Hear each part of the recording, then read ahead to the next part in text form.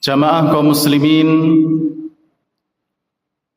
wal muslimat rahimani wa rahimakumullah. Alhamdulillah, kita bersyukur kepada Allah tabaraka wa ta'ala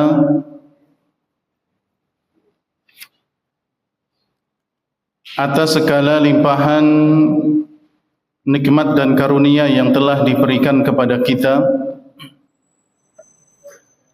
untuk kemudian kita bisa menggunakan nikmat dan karunia tersebut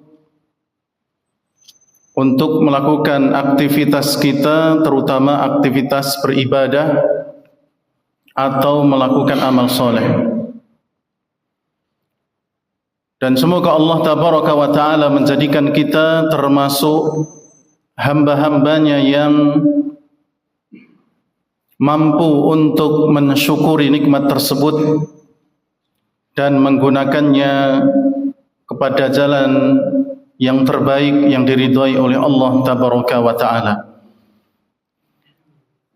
Salawat serta salam semoga tercurahkan kepada suri tauladan kita Nabi Muhammad sallallahu alaihi wa ala alihi wasallam.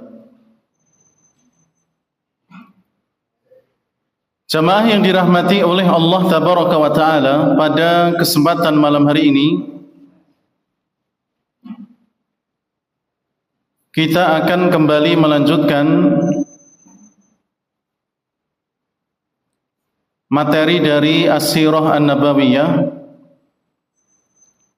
yang masih membahas terkait dengan Ghazwatu Hunain,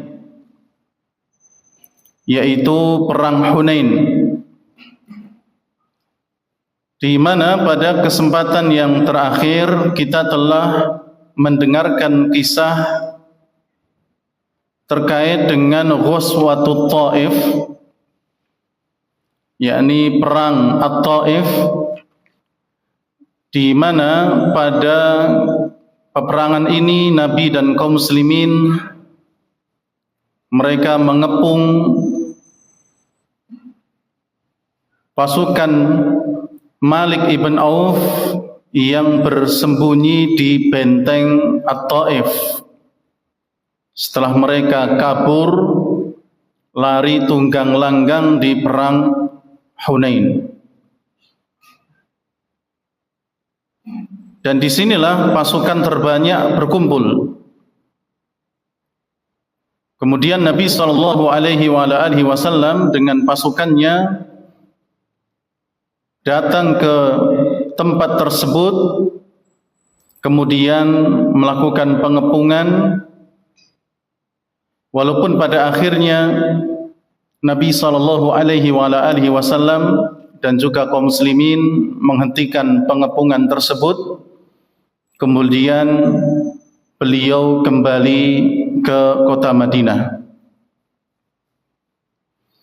Jamaah yang dirahmati oleh Allah tabaraka wa ta'ala, sebelum Nabi kembali ke kota Madinah setelah selesai dari pengepungan di benteng Taif, yang saat itu bisa dikatakan cukup lama waktunya, maka Nabi sallallahu alaihi wasallam kembali ke daerah namanya Ji'rana, ya, di mana setelah perang Hunain Nabi sallallahu alaihi wasallam mengumpulkan ghanimah di tempat tersebut.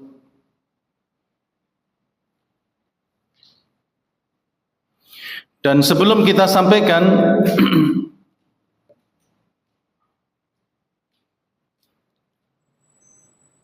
peristiwa ketika Nabi sallallahu alaihi wasallam kembali ke Ji'rana, ya, setelah dari perang Taif ini,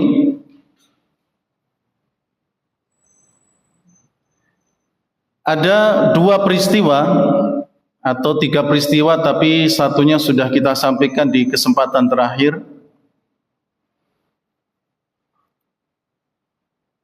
Di antaranya adalah ketika Nabi SAW berangkat ya, dari lembah Hunain, setelah Nabi memenangkan peperangan tersebut bersama kaum muslimin, ya, pasukan musyrikin kocar-kacir, mereka ada yang ya pergi ke daerah namanya Autos, tempat mereka bermarkas. Kemudian juga di antara mereka ada yang pergi ke Nakhlah, dan Nabi sudah mengutus ya pasukan dengan dipimpin salah seorang sahabat di dua tempat pelarian musuh, ya, di Autos dan juga di lembah Nakhlah. Kemudian yang ketiga, mereka lari ke ya Taif. Ya, dan disitulah kemudian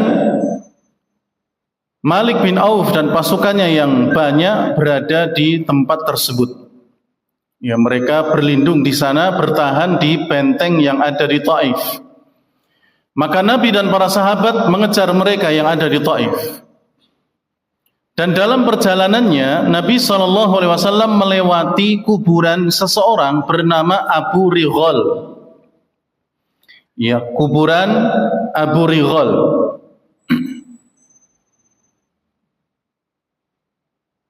Setelah sampai di kuburan tersebut, lalu Nabi SAW menerangkan siapa Abu Righal.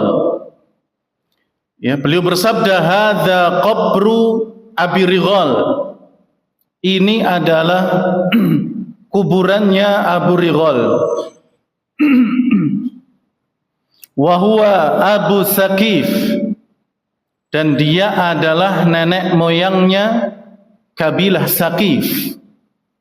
Ya, kabilah Thaqif adalah kabilah yang bergabung dengan kabilah Hawazin di peperangan ini, di perang Hunain. Ya, dan Abu Righal adalah nenek moyang mereka. Wa kana min Thamud. Dahulu Abu Righal ini termasuk dari kaum Thamud. Ya, kaum Thamud, kaumnya Nabi Saleh alaihi salam, yang mereka dihukum oleh Allah tabaraka wa taala. Wa kana bihadzal haram yadfa'u anhu. Jadi kisahnya, Abu Righal ini seharusnya ikut kena azab Allah bersama kaum Tsamud, ya, di tempat mereka. Akan tetapi karena dia saat itu sedang tidak ada di tempat tersebut, ya, tempat di mana kaum Tsamud itu diazab oleh Allah, dan Abu Righal itu masuk di daerah Al-Haram, ya, daerah tanah suci, yadfa'u anhu, maka dia terlindungi dari azab tersebut. Ya, dan ini menunjukkan kemuliaan tanah haram. Ya, tanah yang dimuliakan oleh Allah tabaraka wa ta'ala. Oleh karena itu nanti di akhir zaman pun demikian. Ya, seseorang yang ingin selamat dari fitnah Dajjal dengan kejujuran iman yang dia miliki, dia bisa tinggal di kota Madinah atau bisa juga tinggal di kota Mekah. Ya, karena kedua kota ini tidak akan disinggahi oleh Dajjal. Karena setiap jalan, setiap gang yang menuju kota suci Mekah dan Madinah akan Allah siapkan barisan pasukan dari para malaikat dengan pedang mereka yang terhunus. Ya, sehingga Dajjal tidak berani, tidak akan bisa masuk ke dua kota suci tersebut. Padahal Dajjal dengan kemampuannya, tentu dengan izin Allah tabaraka wa ta'ala, dia akan berputar, berkeliling di dunia ini untuk menyebarkan fitnahnya. Ya, oleh karena itu ketika seseorang ingin terhindar dari fitnah Dajjal, maka diantaranya adalah dengan menempati dan berada di kota Mekah dan Madinah saat Dajjal itu datang. Lalu bagaimana dengan orang-orang yang mereka katakanlah kafir di kota Mekah dan Madinah, mungkin ada di dalamnya saat itu, atau orang-orang munafik, orang-orang yang sebenarnya tidak jujur dalam keimanannya, maka saat itu Dajjal akan menghentakkan kakinya di dekat kota Mekah dan Madinah, kemudian terjadi goncangan yang dahsyat, dan dengan sebab itu keluarlah orang-orang kafir atau orang-orang yang mereka tidak jujur dalam keimanannya, dan mereka akan mengikuti Dajjal. Ya, dari situlah kemudian orang-orang akan tersaring siapa yang benar-benar jujur keimanannya ketika tinggal di kota Madinah dan Mekah ketika terjadi fitnah Dajjal. Nah, Abu Righal ini seharusnya dia terkena azab sebagaimana azabnya kaum Samud saat itu ketika Allah turunkan azab itu kepada kaum Nabi Saleh alaihi salam. Akan tetapi ketika dia sedang berada di tanah haram, maka dia terselamatkan dari azab tersebut. Falamma kharaja minhu, namun ketika akhirnya dia keluar dari tanah haram, asabathu nuqmah allati asabat qaumah bihadzal makan, maka dia pun kemudian ya tertimpa azab tersebut di tempat di mana dia saat itu dikuburkan dan dilewati ya oleh Nabi SAW dan pasukan kaum muslimin. Fadufina fi, maka dia pun dikuburkan di situ. Wa ayatu dzalik, dan tanda kalau itu benar-benar kuburannya Abu Righal adalah annahu dufina ma'ahu ghasnun min dhahab. Kata Nabi, di antara tanda bahwa kuburan ini adalah benar-benar kuburannya Abu Righal adalah ketika dibongkar ya akan didapatkan ya satu bongkah kayu yang terbuat dari emas. Ya, jadi saat itu Abu Righal dikuburkan dengan ya kayu, sebongkah kayu begitu yang terbuat dari emas. In antum nabastum anhu asabtumuhu ma'ah. Kalau kalian bongkar kuburannya, kalian gali kuburannya, kalian akan dapatkan sebongkah kayu yang terbuat dari emas tersebut bersama Abu Righal di dalamnya. Ya, walaupun Abu Righal mungkin sudah tidak ada, ya karena jasadnya sudah dimakan oleh hewan-hewan tanah. Fabtadaran nas fastakhraju minhul ghasna. Maka kemudian para pasukan menggali kuburan Abu Righal dan benar didapatkan ya sebongkah kayu yang terbuat dari emas, kemudian mereka mengeluarkan emas tersebut. Ini salah satu di antara kisah yang menyertai perang Taif yang tidak disebutkan dalam kitab yang kita gunakan ini. Kemudian kisah yang kedua terkait adanya al-mukhannath. Ya, mukhannath itu laki-laki yang kewanitaan. Ya. Ya, bencong atau banci atau waria atau apalah namanya, tapi dia laki-laki tapi kewanita-wanitaan, ya bencong itu tadi. Ini sempat ada kisahnya dan memang ada mereka ini di zaman Nabi. Ya, bencong di zaman Nabi itu juga ternyata ada. Dan ini ada kaitannya juga dengan kisah perang Taif ini. Disebutkan bahwa ketika Nabi SAW masuk ya menemui Ummu Salamah, istrinya Nabi, ya saat itu di sana ada saudara kandungnya Ummu Salamah yang bernama Abdullah bin Umayyah. Ya, bernama Abdullah ibn Umayyah. Ini saudara kandungnya Ummu Salamah, ya, berarti saudara iparnya Nabi SAW. Ketika itu ternyata ada di dalam rumah Ummu Salamah itu, yang di sana sudah ada Abdullah ibn Umayyah, yaitu mukhannas, ya, laki-laki tadi yang kewanitaan, ya, banci atau bencong tadi. Fa sami'tuhu yaqul li Abdullah ibn Ubay ibn Abi Umayyah.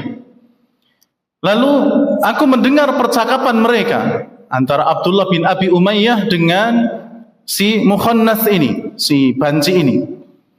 Ya. Di antara perbincangan mereka adalah, ya Abdullah, ya, si banci ini ngomong kepada Abdullah ibn Abi Umayyah, wahai Abdullah, ara'aita in fatahallahu alaikum Taif ghadan, kalau sekiranya besok ya Allah tabaraka wa ta'ala memberikan kemenangan kepada kalian dengan dibukakannya benteng Taif, ya, berarti mengalahkan Malik bin Auf dan tentaranya yang berada di dalam, fa'alaika bibnati Ghailan, kamu pilih saja salah satu wanita Ghailan di sana. Ya, kamu ambil, ya, perempuan Ghailan. Ya, karena saat itu terkenal perempuan Ghailan ini perempuan yang, ya, cantik. Sehingga si wanita Ghailan ini adalah wanita-wanita cantik, dan si mukhannas ini memberikan saran kepada Abdullah bin Abi Umayyah untuk kemudian kalau besok kamu dan sahabat-sahabatmu, ya, dimenangkan oleh Allah dengan bisa mengalahkan Malik bin Auf di benteng Taif itu, kamu ambil saja wanita Ghailan. Ya, wanita Ghailan. Kamu bisa mengambilnya untuk dinikahi, ya, untuk dinikahi. Karena ya, dia sampai menyebutkan ciri-cirinya bahwa ketika kamu berhadapan dengan wanita tersebut, kamu akan mendapatkan 4 lipatan.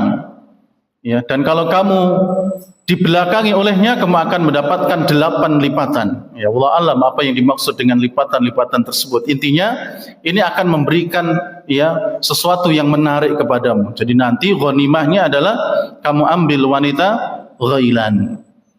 Ya, lalu kemudian Nabi SAW ketika mendengar hal ini, Nabi mengatakan, jangan biarkan, ya, laki-laki seperti ini masuk ke dalam rumah-rumah kalian.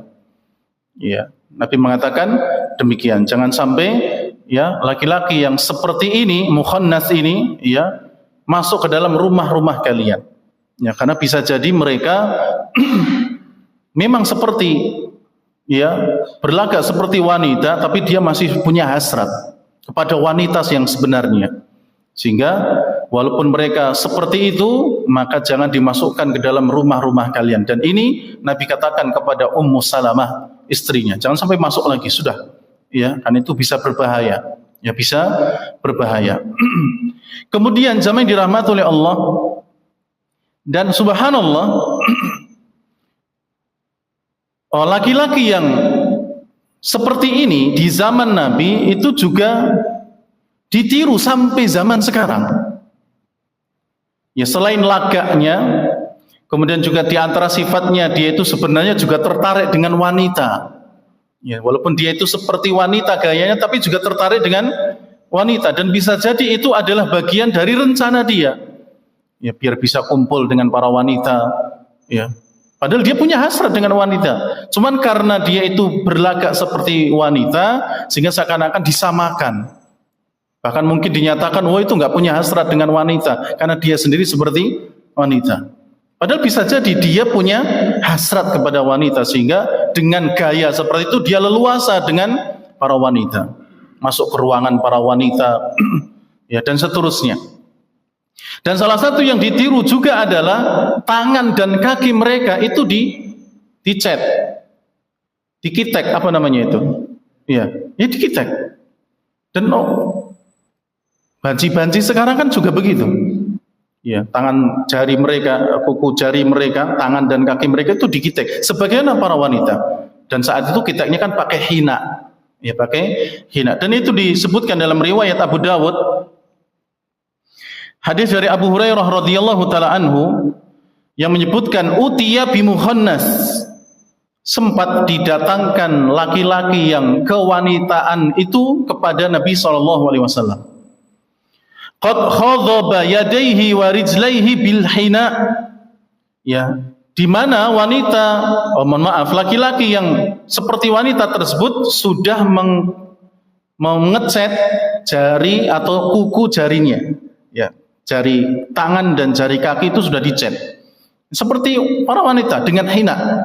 Ya, dengan hina, yaitu kitek zaman dahulu. Faqala an-nabiy sallallahu alaihi wasallam. Lalu kemudian Nabi SAW mengatakan, ma bala hadza. Ini laki-laki seperti apa kalau seperti ini? Ya, ini orang semacam apa? Faqila ya Rasulullah yatashabbahu bin nisa. Lalu kemudian para sahabat mengatakan, dia kelakuannya mirip dengan perempuan ya Rasulullah. Dia ini laki-laki ya Rasulullah, akan tetapi dia berlagak seperti perempuan. Fa amara bihi fa nufiya ilan nuqa aw ilan naqi. Lalu kemudian ya Nabi SAW memerintahkan supaya laki-laki yang kewanitaan tersebut diasingkan ke daerah namanya An-Naqi.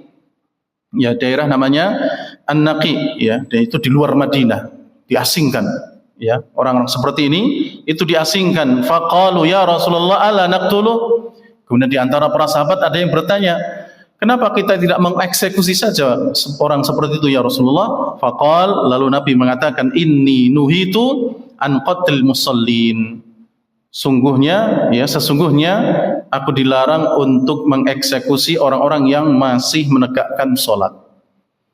Ya, jadi si mukhannas itu, si banci itu masih sholat. Ya, tapi nggak tahu pakai rukuh apa pakai sarung, ya karena dia banci. Tapi dia masih sholat. Makanya ketika ada saran, kenapa tidak kita habisi saja orang-orang seperti ini? Maka Nabi mengatakan, inni qad nuhitu an qatli al-musallin. Ya, sungguhnya aku dilarang untuk mengeksekusi orang-orang yang sudah atau yang masih menegakkan sholat. Ya, jadi ini sempat ada kisah tersebut di sela-sela peperangan At-Taif yang sudah kita sampaikan. Kemudian jamaah yang dirahmati oleh Allah, kita lanjutkan. Walamma ada Rasulullah sallallahu alaihi wasallam ba'da raf'il hisar 'an Taif, makatha bil Ji'ranah bid'a asyrata lailatan la yuqsimul ghanaim.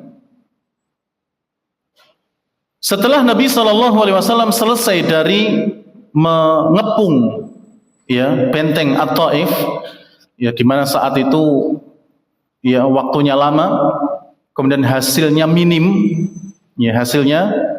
bahkan sampai Nabi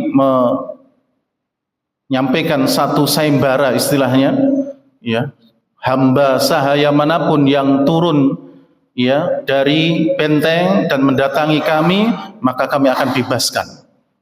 Ya, kami akan bebaskan. Maka turunlah budak ya yang ada di atas benteng karena memang mereka ingin membebaskan diri mereka dan menemui Nabi SAW. Ya, sehingga turunlah sekitar 23 budak saat itu. Salah satunya adalah Abu Bakrah, ya, sebagaimana yang sudah kita sampaikan. Ini juga salah satu kisah yang terjadi di perang Taif. Abu Bakrah adalah salah satu budak yang saat itu ikut turun dari benteng Taif untuk menyerahkan diri kepada Nabi SAW. Ya, kemudian dibebaskan. Ya, nama aslinya adalah Nufai ibn Masruh. Ya, Nufai ibn Masruh, walaupun ada yang mengatakan namanya adalah Nufai ibn Al-Harith.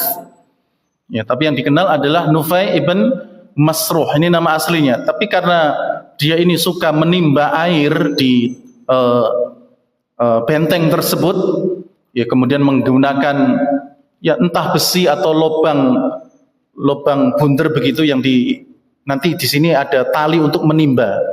Ya. Jadi kalau pas ditarik begitu nanti lewat itu, ya. Ini namanya Bunderan ini namanya Bakroh dalam bahasa Arab. Makanya dia disebut Abu Bakroh, bapaknya bunderan itu tadi, yang nanti tali akan masuk ke sini untuk menimba air. Ya, untuk menimba air. Makanya disebut dengan Abu Bakroh, dan dia termasuk budak yang cerdas. Ya, oleh karena itu ketika nanti ya orang-orang yang ada di benteng tersebut masuk Islam, ya, mereka meminta kembali Abu Bakr itu untuk dikembalikan kepada mereka. Ya, mereka minta kepada Nabi SAW dengan mengatakan, ya Rasulullah, kembalikan Abu Bakr kepada kami. Ya, tapi tidak dikabulkan oleh Nabi SAW. Jadi pengepungannya lama, ya, kemudian hasilnya minim. Bahkan kalau nekat nyerang, justru kaum muslimin yang banyak yang terluka. Ya. Sempat Nabi SAW mengatakan, besok kita akan pulang saja. Kita tidak akan lanjutkan mengepung dan menyerang mereka, kita akan pulang. Tapi para sahabat mengatakan, kita akan pulang begitu saja dan tidak mendapatkan hasil, tidak bisa menghancurkan mereka. Akhirnya Nabi mengatakan, kalau begitu ayo kita serang. Ya. Jadi biar mereka juga tahu, ajakan Nabi itu sebenarnya ada hikmahnya. Tapi saat itu para sahabat, ya tanda kutip ngeyel, ya, ingin tetap menyerang. Akhirnya mereka menyerang, ternyata malah jatuh, ya, korban lebih banyak yang terluka. Setelah itu kemudian ketika Nabi mengatakan, sudah besok kita pulang saja, akhirnya mereka manut, ya, ikut pulang. Perbekalan juga menipis dan seterusnya. Akhirnya ya mereka pulang. Nah, pulangnya mereka tidak langsung ke Madinah, tapi mereka tinggal dulu di Ji'ronah. Ya, tempat di mana sebelum Nabi berangkat ke At-Taif, ya, Nabi mengumpulkan ghanimah di situ. Beliau tinggal di situ kurang lebih sekitar ya 13 sampai 19 hari. Ya, 13 sampai 19 hari, karena kalimat bid'un, ya, di sini disebutkan bid'u asyarah, ya, itu sekitar asyarah 10, kalau bid'un itu bilangan antara 3 sampai 9. Ya, berarti antara 13 hari atau 19 hari. La yuqsimul ghanaim. Saat itu dan selama itu Nabi tidak membagikan ghanimah. Wa yata'anna biha, bahkan membiarkannya. Yabtaghi ay yuqaddima alaihi wafdu Hawazin taibina fayahrizuna ma faqadu. Ya. Kemudian Nabi sambil berharap agar kemudian muncul dan datang utusan Hawazin yang mereka, ya, menyerahkan diri mereka, bertaubat kepada Allah, kemudian masuk ke dalam Islam, dan mereka bisa mengambil ghanimah tadi. Itu harapan Nabi. Kenapa dalam rentang waktu 13 sampai 19 hari beliau di Ji'ronah belum membagikan ghanimah. Ya, dengan harapan orang-orang Hawazin datang utusan kepada beliau. Ya, kemudian menyerahkan diri dan mereka menyatakan keislamannya, maka nanti ghanimah ini akan dikembalikan. Walakinnahu lam yaji'hu ahadun. Akan tetapi tidak ada seorang pun yang datang. Fabada'a bi qismatil mal, maka Nabi pun kemudian membagikan ghanimah. Liyaskutal mutalli'ina min ru'asa'il qabaili wa asyrafil Makkah. Ya, di antara tujuannya adalah agar menjadikan, ya, para pembesar-pembesar Mekah saat itu yang sudah masuk Islam itu diam dari pembicaraan mereka. Ya, karena pembesar-pembesar Mekah saat itu yang sudah masuk Islam dan baru saja masuk Islam, ya, mereka sudah membicarakan ghanimah. Ini mungkin pembicaraan adalah kapan ini ghanimahnya dibagikan. Ya. Kapan ghanimahnya dibagikan. Jadi itu sudah dibicarakan antara mereka, padahal itu haknya Nabi, kapan mau dibagikan. Tapi sudah ada omongan seperti itu, dan ini terutama dari pembesar-pembesar Quraisy, pembesar-pembesar kota Mekah yang saat itu memang sudah masuk Islam dan baru saja masuk Islam. Dan masuk Islamnya baru belasan hari, 19 hari. Ya, belum ada 1 bulan. Ya, mereka seperti itu pembicaraannya di tengah-tengah Nabi SAW. Fakana al-mu'allafatu qulubuhum awwala man u'tiya wa hudhiya bil insabil jazlah. Dan ya, orang-orang yang mereka baru saja masuk Islam, mu'allaf, ya, itu mereka yang pertama kali diberi bagian dari ghanimah tersebut. A'ta Abu Sufyan ibn Harb arba'ina uqiyah wa mi'atan minal ibil. Ya, oleh karena itu Nabi SAW memberikan kepada Abu Sufyan, ini pembesarnya, ya, Quraisy, pembesarnya Mekah saat itu, ya, tapi sudah masuk Islam dan ikut dalam perang ini. Abu Sufyan ibn Harb, ya, istrinya namanya Hindun bintu Utbah radhiyallahu taala anhuma. Abu Sufyan diberi oleh Nabi SAW dari rampasan perang itu 40 uqiyah. Ya, 40 uqiyah. Ya, dan tadi saya lihat 40 uqiyah kalau dirupiahkan itu bisa sekitar 1 miliaran. Ya, 40 uqiyah. Kemudian 100 onta. Ya, 40 uqiyah 100 onta. Itu bagian milik Abu Sufyan. Diberi oleh Nabi dari ghanimah tersebut. Faqala Ibni Yazid, kata Abu Sufyan setelah diberi, bagaimana dengan anakku Yazid? Ya, karena dia punya seorang putra namanya Yazid, ya, Ibn Abi Sufyan. Bagaimana dengan bagian putraku? Fa'atahu mislaha. Nabi pun memberikan yang sama. Berarti 40 uqiyah dan 100 unta. Faqala Ibni Muawiyah, bagaimana dengan anakku yang namanya Muawiyah, ya Rasulullah? Ya, anaknya yang kedua namanya Muawiyah, bagaimana dengannya? Fa'atahu mislaha. Nabi pun memberikan semisal itu juga. Berarti 40 uqiyah 100 unta. Nah, ini banyak. Ya, 100 unta, 40 uqiyah. Wa a'ta Hakim ibn Hizam mi'atan minal ibil. Kemudian Nabi memberi kepada Hakim bin Hizam 100 unta. Ya, Hakim ibn Hizam 100 unta. Ini juga termasuk pembesar Quraisy, ya. Beliau juga yang kemudian memiliki andil untuk, ya, kehidupan Nabi SAW di kota Mekah saat itu ketika beliau diusir. Tsumma sa'ala mi'atan ukhra. Kemudian Hakim bin Hizam minta lagi yang serupa, yaitu 100 unta, dan Nabi berikan. Fa'atahu iya, ya, Nabi berikan. Wa a'ta Safwan ibn Umayyah mi'atan minal ibil. Nabi juga memberikan kepada Safwan ibn Umayyah, ya, 100 ekor unta. Ini juga termasuk pembesar Quraisy. Ya, beliau pernah memiliki keinginan untuk, ya, membunuh Nabi SAW. Safwan ibn Umayyah. Summa mi'atan kada fi syifa. Kemudian diberi lagi, minta lagi 100, diberi lagi. Minta lagi 100 unta, diberi lagi. Berarti ada 300 unta diberikan kepada Safwan ibn Umayyah.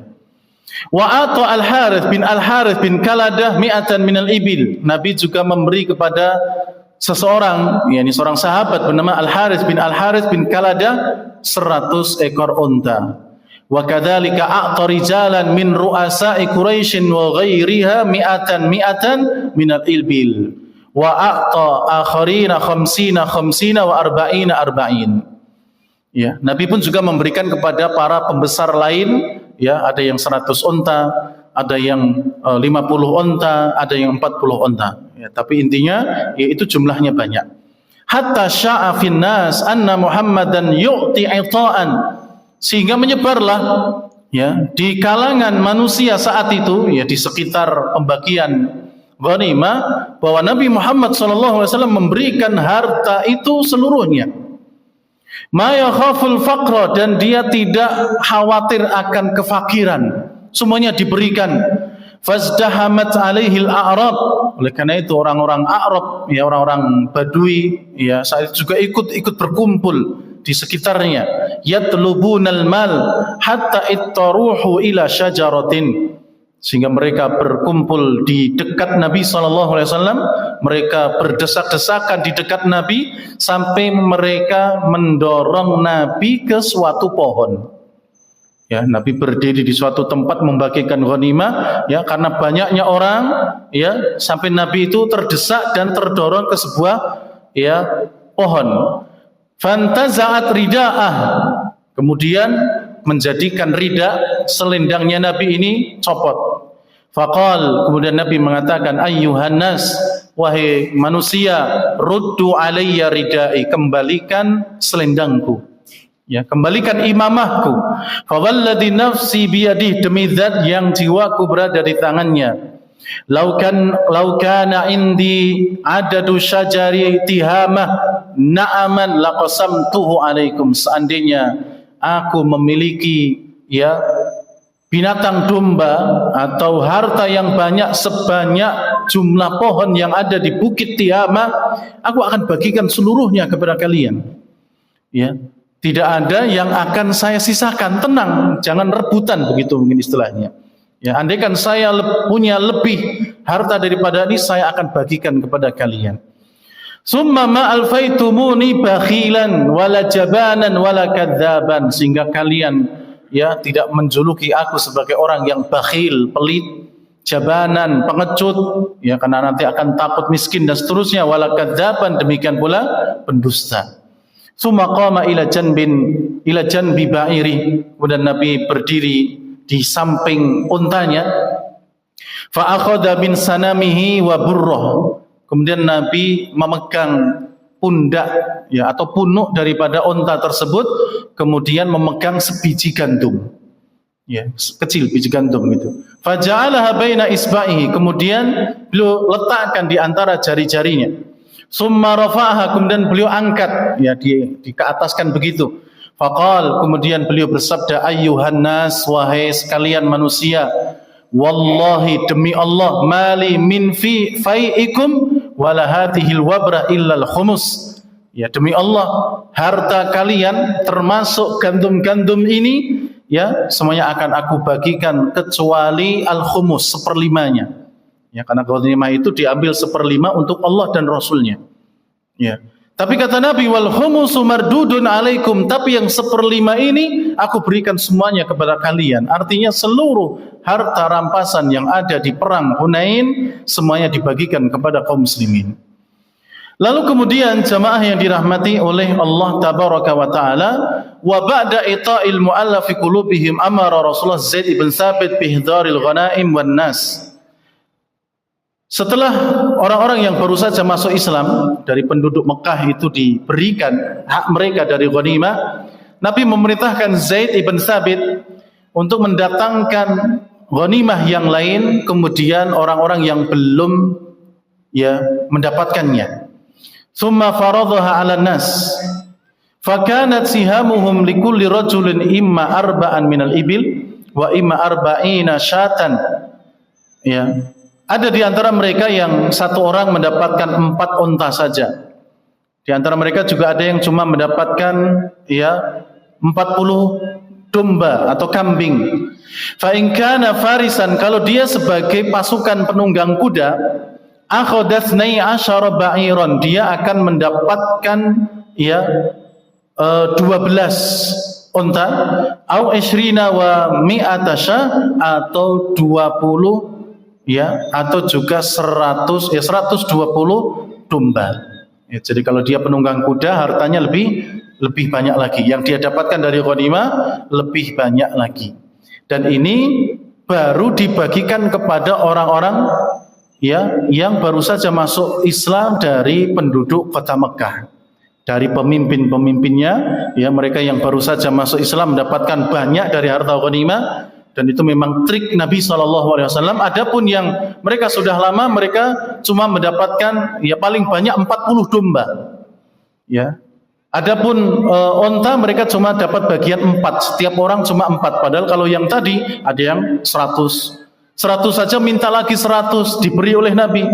Minta lagi 100 dibeli lagi oleh Nabi SAW. Jadi jamaah yang dirahmati oleh Allah, ya, mereka cuma mendapatkan sedikit, kecuali mereka ini menjadi penunggang kuda, maka dia bisa mendapatkan 12 unta, juga bisa mendapatkan 120 kambing.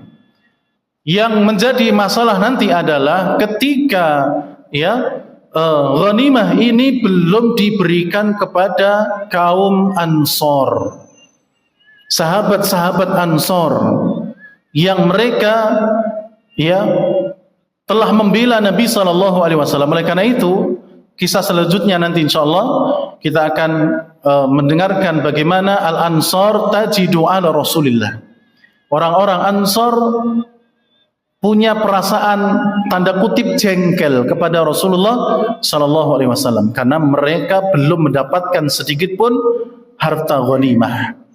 Ya, dan nanti di situ akan terjadi peristiwa yang sangat mengharukan karena akhir dari ceritanya adalah orang-orang Ansar akhirnya menangis. Ya, dan tangisan mereka sampai membasahi jenggot-jenggot mereka. Ya, dan ternyata mereka baru sadar kenapa Nabi membagikan ghanimah lebih banyak kepada orang-orang yang baru saja masuk Islam dari orang-orang Mekah, terutama dari para pemimpin-pemimpin Quraisy. Nanti ada maksudnya dan akhirnya mereka sadar, sampai tadi mereka menangis dan mereka meminta maaf kepada Nabi SAW dan akhirnya mereka ridho terhadap pembagian tersebut. Walaupun awalnya mereka agak kesel. Kenapa mereka belum dapat dan tidak tersisa ghanimah kecuali sudah dibagikan kepada orang-orang yang baru saja masuk Islam. Bahkan mereka mendapatkan bagian yang sangat banyak. Manusiawi, mereka kesel. Kan sama-sama perang, sama-sama membela Islam, tapi kenapa itu lebih banyak? Padahal itu yang membagikan adalah Nabi SAW dan akhirnya nanti orang-orang Ansar mereka sadar dan ridho terhadap pembagian Nabi SAW. Demikian kurang lebihnya mohon maaf dan insyaallah akan kita lanjutkan pada kesempatan yang lainnya biidznillah subhanahu wa ta'ala. Subhanakallahumma rabbana wa bihamdik asyhadu an la ilaha illa anta astaghfiruka wa atubu ilaik. Wassalamu alaikum warahmatullahi wabarakatuh.